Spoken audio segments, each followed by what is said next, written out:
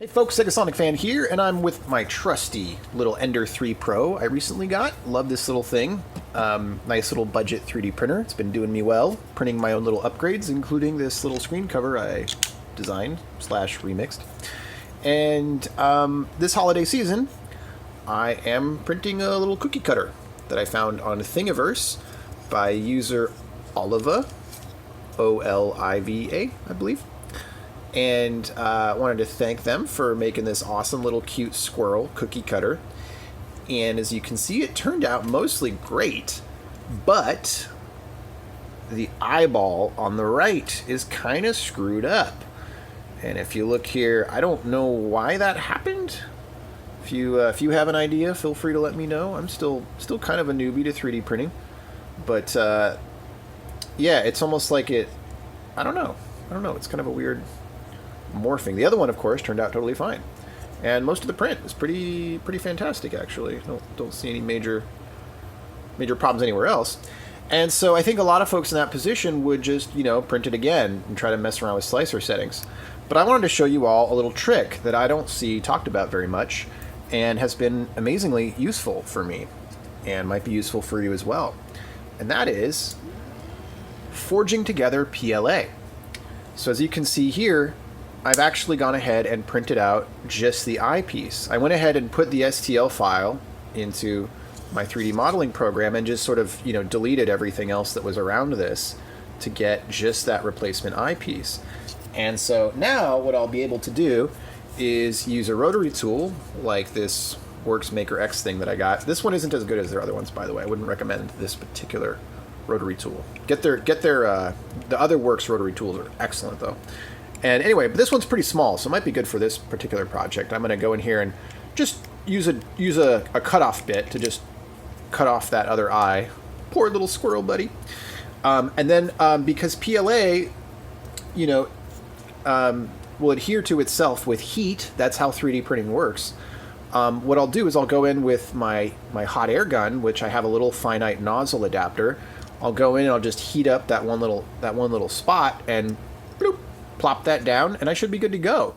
I've done this with a couple other projects. It works really, really well, and it's especially useful as a technique when you have multiple parts that you don't want to print supports for or might take a really long time to print.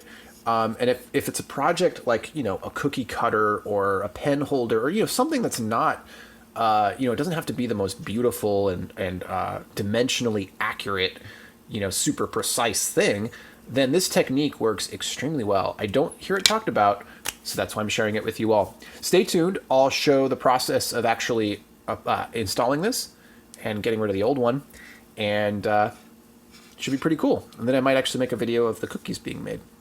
Happy holidays, everyone. Stay tuned. All right, so here I am back with my cookie cutter and my new eyepiece, and I'm going to be using a hot air gun that I use for SMD rework. This is an AOYUE model number 6028. And these are great if you do SMD rework. You can get these different nozzles. This is an angled nozzle, and they just control the hot airflow. But if you have another means of controlling hot airflow, of course, you can use that as well. And this one also controls temperature and fan speed, which, of course, helps with this as well. I'm going to go ahead and use a small cutoff bit like so. That's a Dremel brand diamond cutoff bit, although most of the diamond part's worn off. And any cutoff bit's going to work pretty well. Go ahead and load this into my rotary tool. This is the Works rotary tool that I do really like. This one's fantastic. What is the model number on this one? This is the WX, what is that, a 3? Whatever that says. WX106L, is that what it says? Anyway, I'm sure you can find it online if you look. So I'm going to go ahead and just cut off the old eyeball here. Our poor little squirrel buddy doesn't know he's undergoing surgery.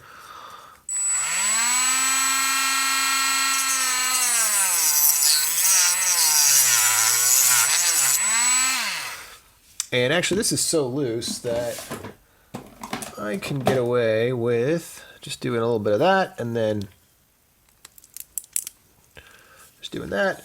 And actually, I'm going to go ahead and change bits because I don't think a cutoff wheel actually is the way to go here. I'm going to go with a flathead routing bit, which is going to get in there a little more easily, I think.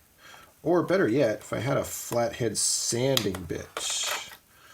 That one's too big. Let's see if I have a smaller sanding bit. Aha! Here we go. Let me use that guy. I think it's going to work pretty well.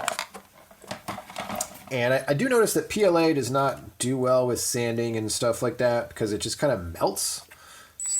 But I think for something like this, it'll work.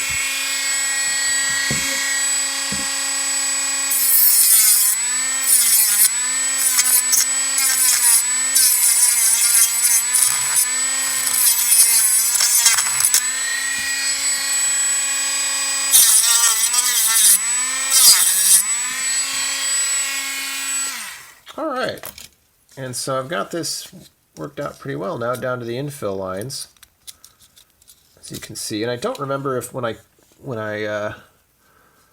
modeled this, if I actually made sure to not include the bottom section of the plate. Let's find out. If it is, I'll just have to cut it down a little bit more. Actually, that's almost perfect. That looks really, really good. Surprisingly good, actually. Cool. I guess I did account for the, because, you know, there's this bottom part here. And it looks like I did account for that when I did the modeling edit for the STL. So if you look at that, you know, that's great. That'll look perfect. So now all we got to do is melt it and do a good job with this. I'm going to go ahead and use, they have these great little $10 tweezer sets that you can get. And I did cover up the model on this particular one, but this is my favorite. Use this one a lot. It's good kind of curved tweezer there. And yeah, there's a little bit of material sticking out, but that's okay because I'm going to melt it and should be good. Go ahead and turn on my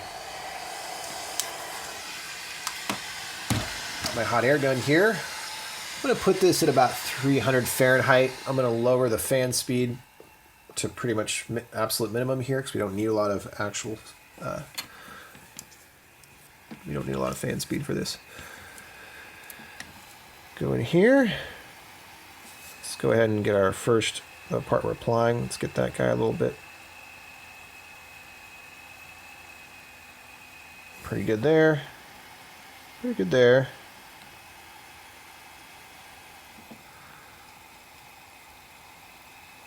Go ahead and set it in.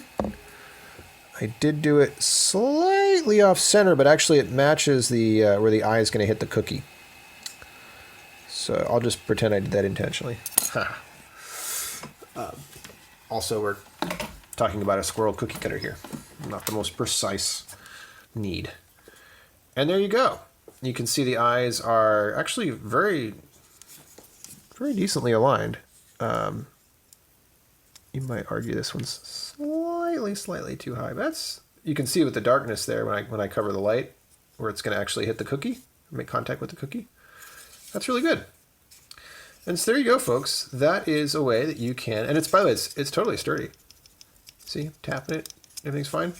So that is a way you can take what would be a failed 3D print and just print the part that you actually are missing. You can see the height here is pretty decent too. It's maybe half a millimeter shallow. It's really nothing. Maybe a fourth of a millimeter. It's more or less almost totally flush.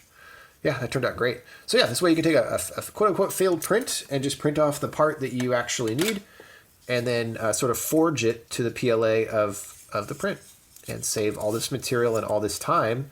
And who knows, you know, how long it would have taken me to fix the slicer setting for that as well. So maybe I'll make another part to this where I'll actually bake cookies with this. We'll see. But so far, I hope you've enjoyed learning. Thank you, people.